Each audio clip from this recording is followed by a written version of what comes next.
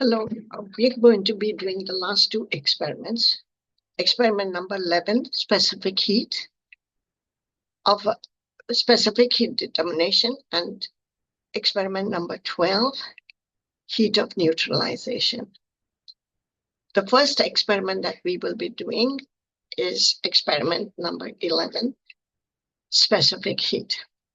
Before I start sharing my screen, I want to just give a brief review of what the principle is and what you will be doing. The principle, law of conservation of energy. Energy can neither be created nor destroyed. What does this mean? This means that the heat lost by any substance must be gained by another substance.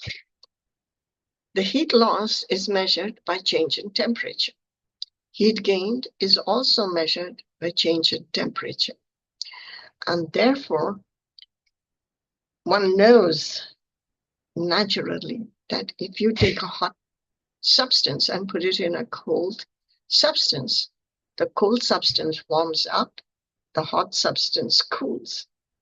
And therefore, the delta T, the change in temperature from the final to the initial, in the case of the hot substance, will be negative. And this negative sign indicates to us that the heat, that substance lost heat. And on the other side, when the substance gains heat, the same expression is there. And there, the delta T will be T final take away T initial, but it will have a positive sign. And both the heat lost and heat gained are equal, and therefore it is possible to calculate the specific heat of the material.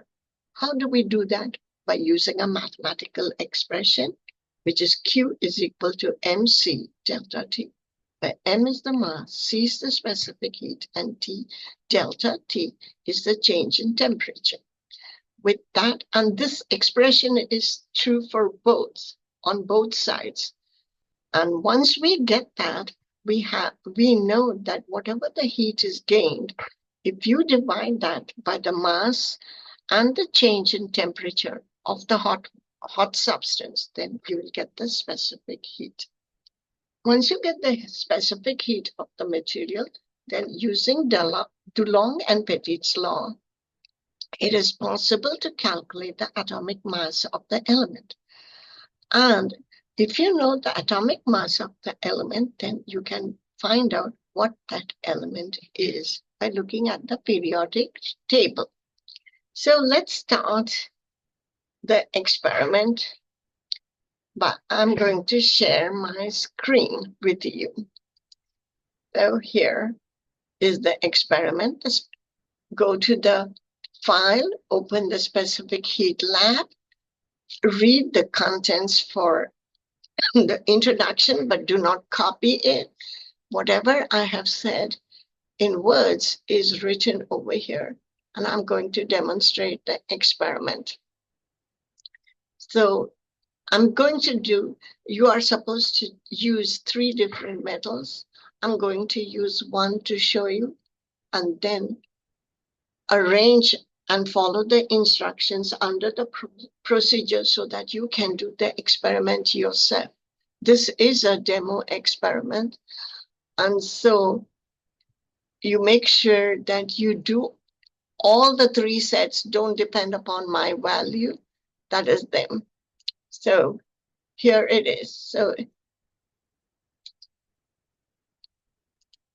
the first step says that you have to go and get a test tube. So go to the test tube, get a test tube.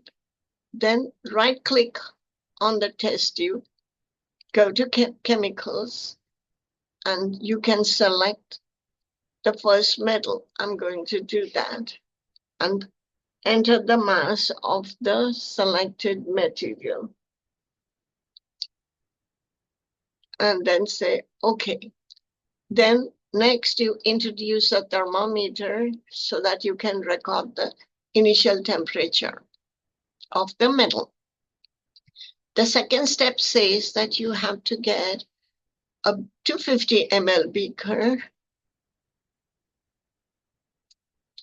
add 150 mLs of water again, add 150 mLs of water or whatever is specified, and then say okay. Then it says you combine the two together. So basically what they're saying is you have to place the test tube with the metal inside the water.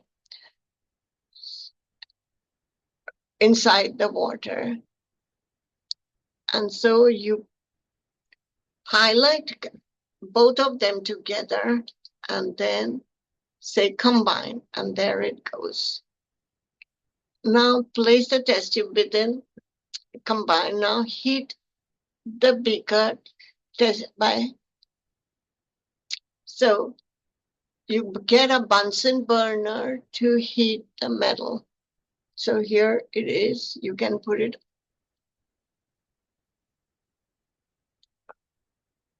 Go to the equipment. Where is the Bunsen burner? And place it down below and heat it till the water starts boiling at 100 degrees. So in order to record the water,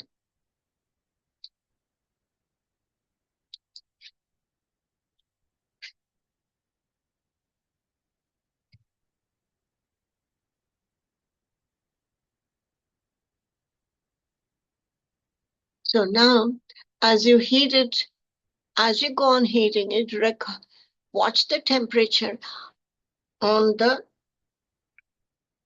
test tube, which contains the metal, and continue to heat till it reaches 100 degrees Celsius. After that, you turn off the Bunsen burner and then repeat the experiment using first you do it in the beaker and then you repeat it in the calorimeter. So the same experiment, you can repeat it in the calorimeter and